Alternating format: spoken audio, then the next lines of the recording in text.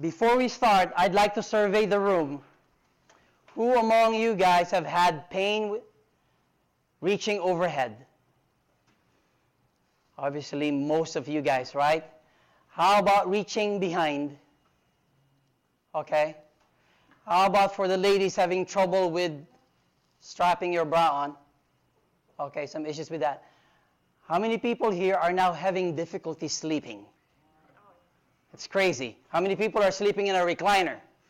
Because they can't get comfortable lying on a regular bed. Okay. I know. It's rotator cuff. We'll find out why does it get to that point where you can't sleep anymore. And then we'll find out today which rotator cuff muscles are involved. What's the grade of your tear without having to get an MRI or an ultrasound?